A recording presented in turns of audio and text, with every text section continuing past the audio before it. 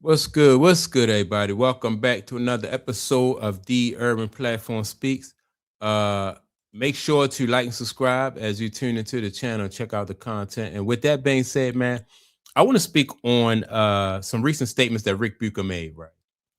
About basketball players being more concerned with money than they are concerned about winning, right? And so shout out to the basketball show because he reacted to this. So I'm going to react to him reacting to this, right? But before I get to this, I just want to say that when you think about, I don't think anything has really changed when it comes to, like, you'll have a certain amount of guys who really put money first, right?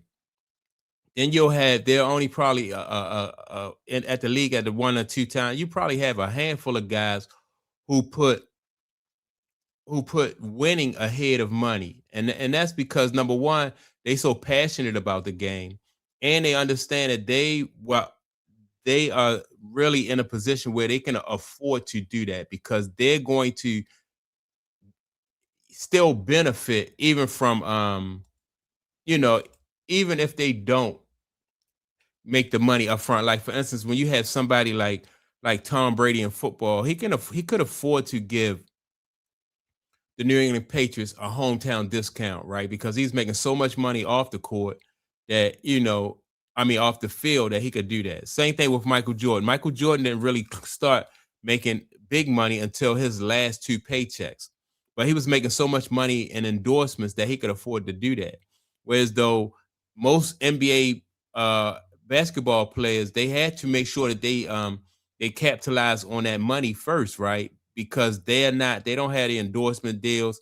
They won't have the longevity as like what Mike had, right? So they had to get their money while they can get it, as soon as they can get it, right? So I want to keep that in mind while we're listening to Ric Bucher and also the host of the basketball show react to some comments that Carmelo Anthony made about basketball players taking the money, choosing money over winning. Players today.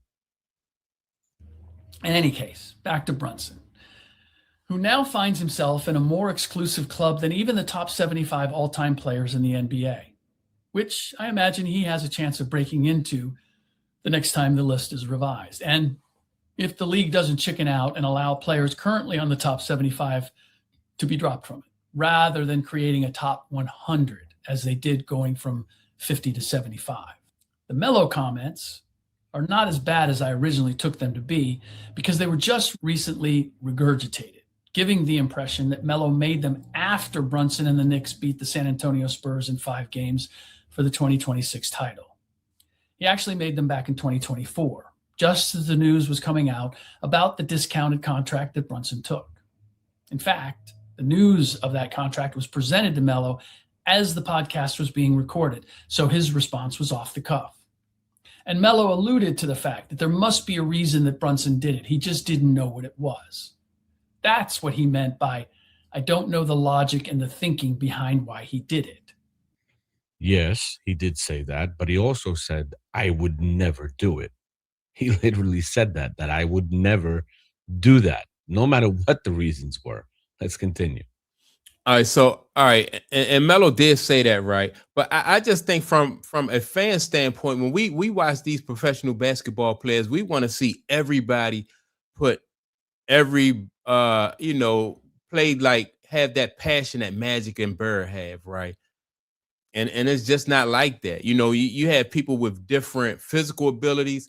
Then you have people like mentally, they're just not really locked into basketball like we would want them to be. And so we have to keep that in mind from a fan standpoint.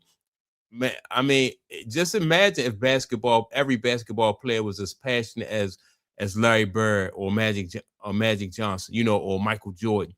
Then it would be a whole different. It would be a more pleasant experience for us. I don't know that the owners wouldn't feel it in their heart was, oh yeah, we definitely got to compensate these guys for for the way they perform on the court. And so that's why I think a lot of players, they was like, look, I'm able to make the team. I'm gonna give you everything I can give, but some players just don't have it love and that passion for the game, where as though they're gonna go hard, like, and dedicate themselves like those handful of guys. If Melo said that after the Knicks put away the Spurs, it clearly would be a much more damning statement. But that wasn't the timing. Here, though, is the harsh reality that fans either don't know or refuse to believe. Winning is not the priority for the vast majority of players in the NBA. Making as much money as they can is. Now, all right, I agree with that statement, right? And before I let the host react to it, and I just want to say that winning is not even a priority for the owners of the team. You know, you see them make moves that more are geared towards them making a profit than you do sometimes making a move where everybody's not trying to be the Lakers, everybody's not trying to be the Celtics. You know, you can name more teams in the league that are closer to, you know, the middle of the pack than you can like the top 5 teams. Like every year, you know, for the most part, you're going to have the Lakers and the Celtics in it, you know, but not even the Knicks are in it all the time. And some of the moves that the Knicks owners make proves that he, you know, like he's not really all that concerned with winning, especially when he know that, you know, fans are just die hard and they're going to be there, right? So, you know, people will drag the players, and sometimes the owners get dragged, but not as much. I have to interject here because I made a video a couple months back, and this is, you know, a commentator talking about this. And you might be like, you're not in the NBA. How the heck do you know? But a couple months ago, we had a guy on his podcast, Draymond Green, literally tell you that 70% of the NBA players in the league right now don't care about winning. They care about money. 70%. And Ric Bucher actually gives you a very similar number in just a second. So listen up. And it doesn't necessarily mean the majority of players in the NBA are flawed or have character issues. In fact, it gives them something in common with the majority of people in the United States, in that they equate money with happiness. The number of people in this country who believe money can buy happiness fluctuates from year to year, but it's never fallen below 51% and at times has been over 70%. Carmelo Anthony flatly saying he wouldn't give up $113 million is simply saying out loud what most people in Jalen Brunson's position would do. They just might not advertise it the way Melo did. And if Brunson and the Knicks had not won a ring, there assuredly would have been people who called Brunson foolish for leaving that money on the table. By the way, I don't need to hear from the people who are breaking down the $113 million and saying it was really only $37 million guaranteed that he sacrificed, and assuming he remains an elite player, he is sure to make up for it in his next contract. He took less than he could have. And he didn't keep the Knicks on pins and needles by entering free agency and then signing, or not. The bottom line is that he sacrificed dollars he could have had to give the Knicks the comfort and financial latitude to build a better team around him. That is simply a sacrifice athletes at any level rarely make. And all right, so I want to interject right here. And I think that they should not only call it a sacrifice, but call it a luxury.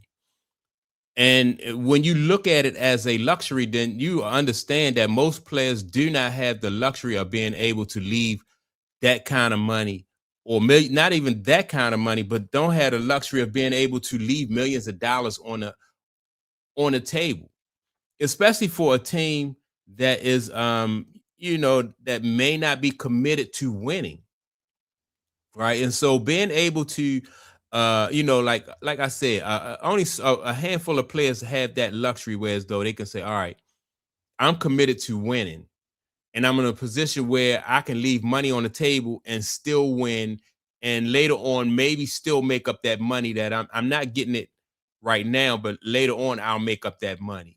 All basketball players don't have that luxury, and that's what it is, basically a luxury. Which is very sad to me because, you know, he compared athletes to normal people, equating money to happiness.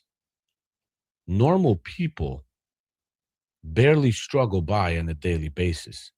They can barely afford their rent. They can barely afford their car or their gas or food for their family.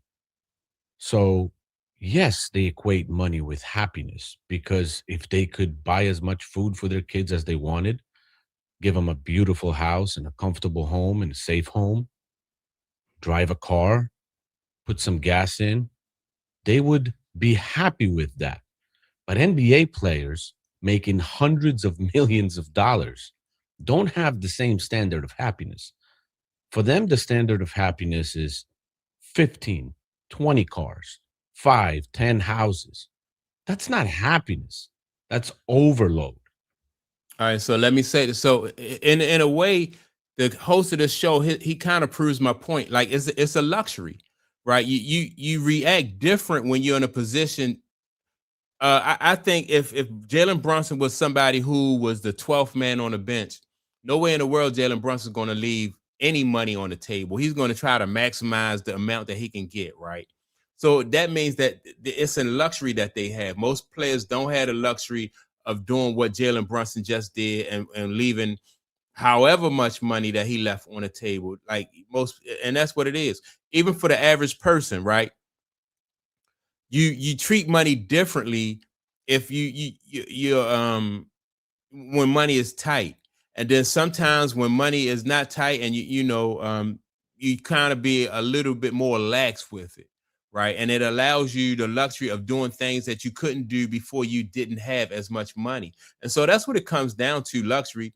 Well, it's part of it, right? And then you have to, like I said, still keep in mind that some basketball players just have that they're in a position where they like, look, I love basketball. Michael Jordan would have played for free. People say that. He said it, he would have played for free.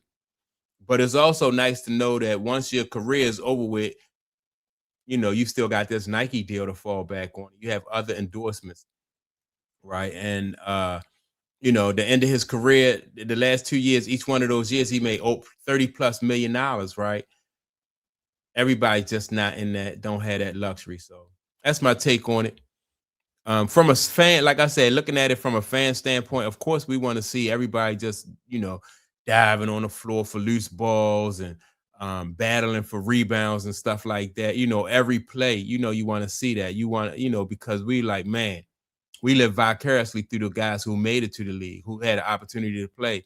So we say, all right, man, if I was out there, I would go hard every minute that I'm out there. And it might be true, may not be true, depending on, what your financial situation is. So that's my take on it.